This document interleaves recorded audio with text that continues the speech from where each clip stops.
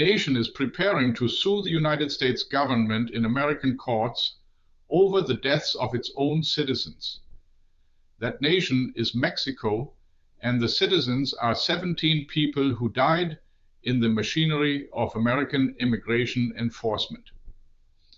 From Berlin, this is one of those stories that makes European observers set down their coffee.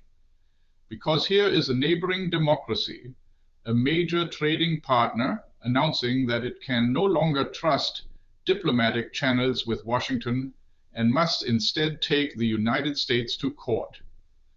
That is not how allies usually behave toward one another. And yet, in the current climate, it barely registers as remarkable on this side of the Atlantic. Let us walk through what happened. Mexican Foreign Minister Roberto Velasco announced that since Donald Trump returned to office, 3 Mexican migrants have died during deportation raids, and 14 more have died inside migration detention centers. 17 deaths.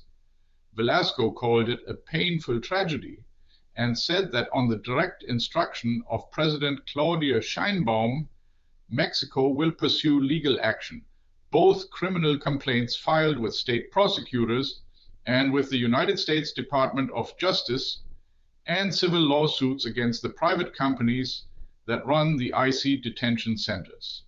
Read that again. The detention facilities are operated by private companies. There is money to be made in detaining human beings, and Mexico now intends to sue those firms to force an end to what it calls human rights violations behind their walls. The trigger was Houston. This week, a Mexican national named Lorenzo Salgado Araujo was shot dead by an ICE officer. He had lived in the United States for decades. He was on his way to a construction site with fellow workers when he was killed.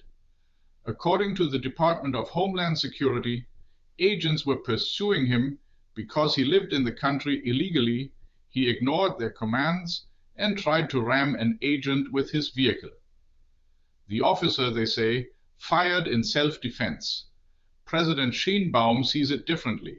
The killing, she said, was not only sad and regrettable, but appears to have been deliberate. Her words, "We cannot remain silent."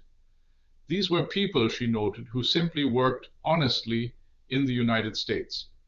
Now, from the outside, here is what stands out. While these deaths accumulate, the United States Congress has just released a further $70 billion for ICE. $70 billion. That is more than the entire annual defense budget of many European nations, handed to a single immigration agency.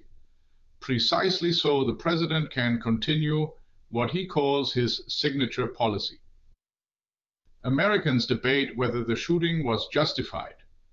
Europeans notice something larger, an enforcement apparatus being scaled up with staggering sums run partly by private contractors, producing a body count high enough that a neighboring government feels it must litigate rather than negotiate. The families, civil rights groups, and democratic politicians are all demanding an independent investigation. Whether they get one is another matter entirely. What we can say is this: when a country stops trusting diplomacy and reaches for the courts of the very nation it is protesting against, that is not a quiet disagreement. That is a rupture in the neighborhood. That's the view from here. What does it look like where you are? Drop it in the comments and subscribe for the perspective American media won't give you.